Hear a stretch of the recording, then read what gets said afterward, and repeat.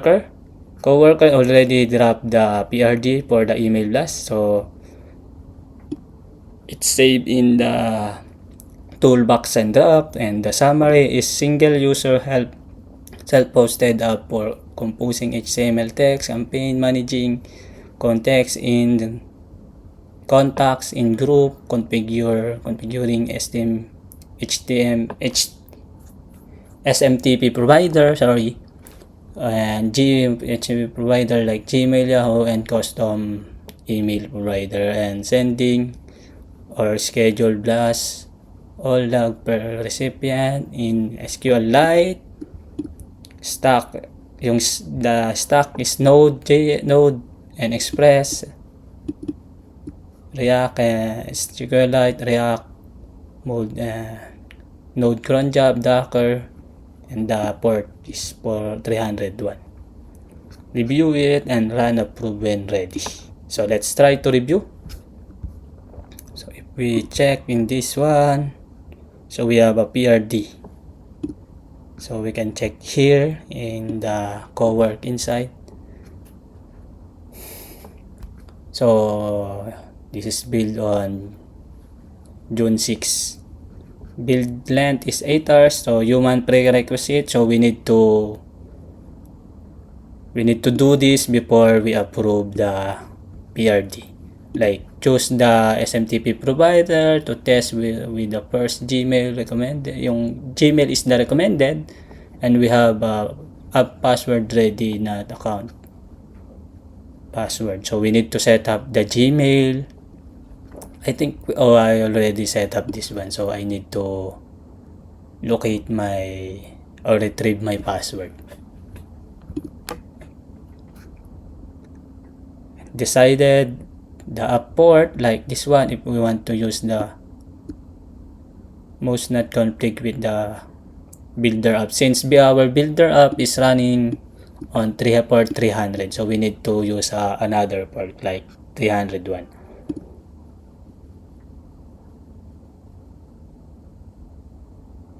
So also we need to decide the doc or image name. So I think I'm good for this one for now. And we need to create a Git repo. So this is our 1, 2, 3, 4, or so this is our prerequisite we need to do before approve the PRD.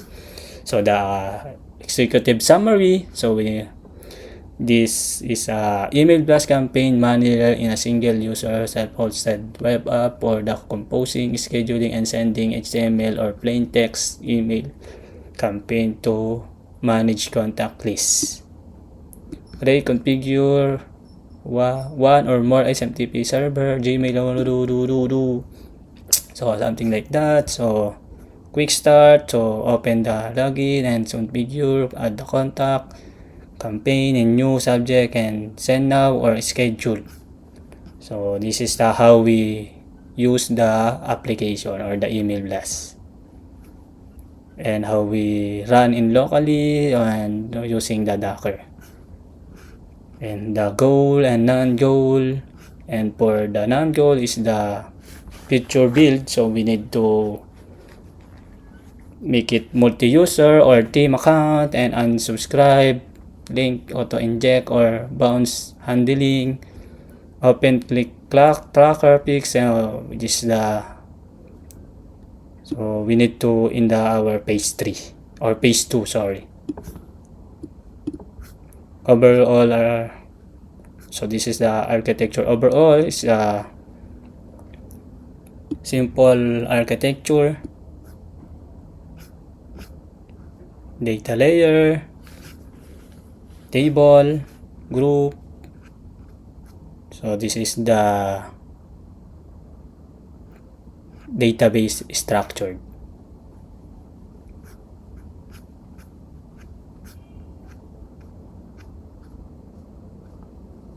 So this is the task or build plan. So we have a black one. That's the project scoping, that one.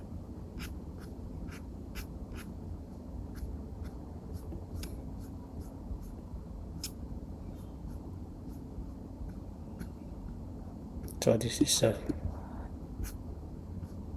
okay. So let's start this one. So we need to set up a SMTP server. SMTP. Okay. I'm back and I'm already reviewed the PRD. So for now, I'm good for this one. So let's do the human prerequisite or our prerequisite before we approve this PRD. So first, we need to choose which SMTP provider we want to use. For now, I want to use Google or Gmail.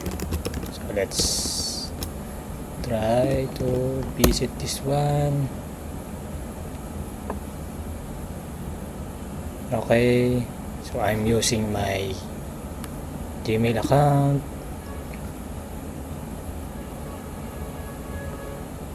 Okay, user authentication.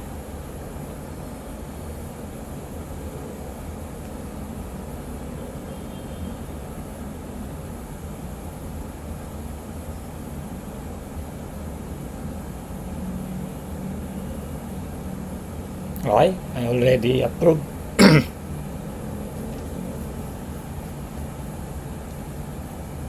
Okay, it's not available the app password, so let's go to the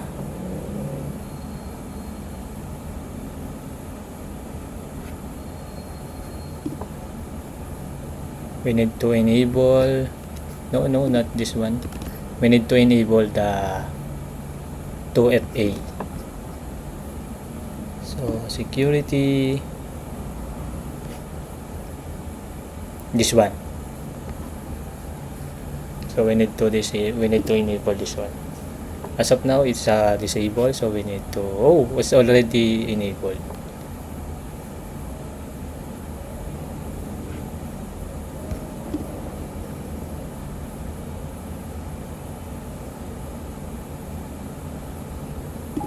Done.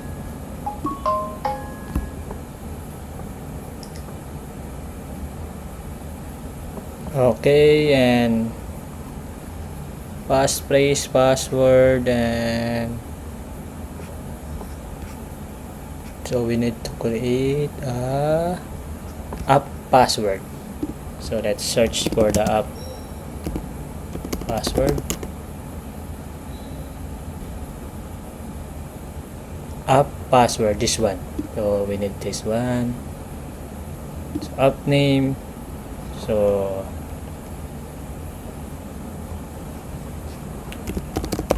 builder control, because this is for the no, this is for email plus. Create this one. So this one is my password, so let's copy this one to make sure it's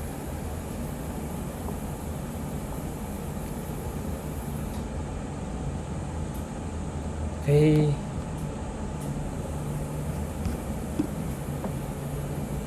So let's put into the notes.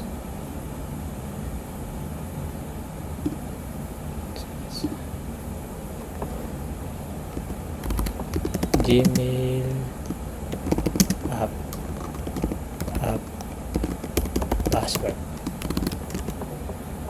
Later on, I'll generate or I'll rotate this password for my security reason after we build the email blast and testing it. So okay,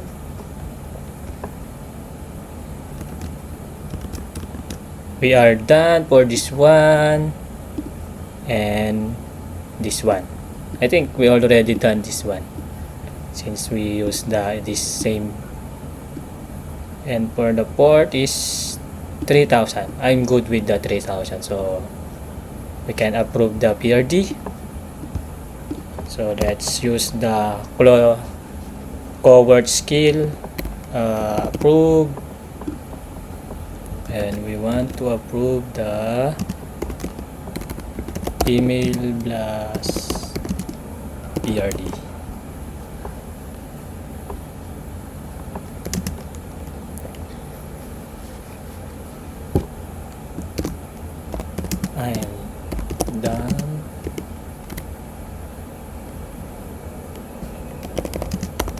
all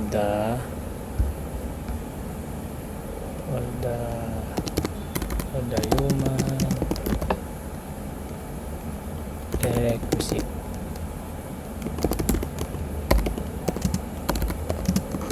I want use for 3,000 for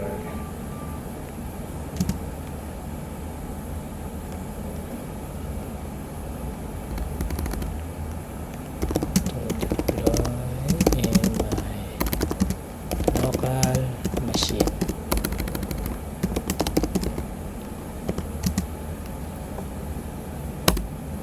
Okay, let's see what's happened. We are approving the email blast PRD. So we have a multiple drops found. So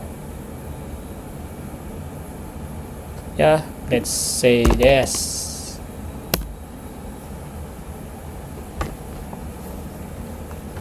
I'll set my builder control to make sure my approving is correct. So that's why we are asking this prompt or this question.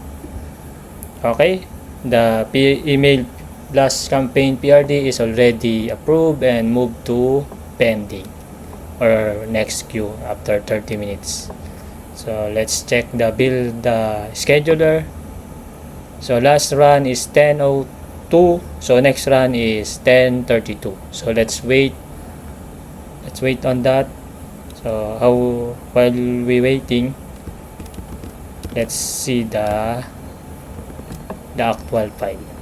So if we see this PRD is no longer in the draft, so it's moved in the pending state.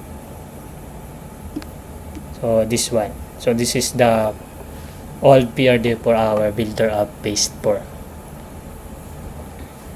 So this one, so let's wait to the 10:32. I will be back.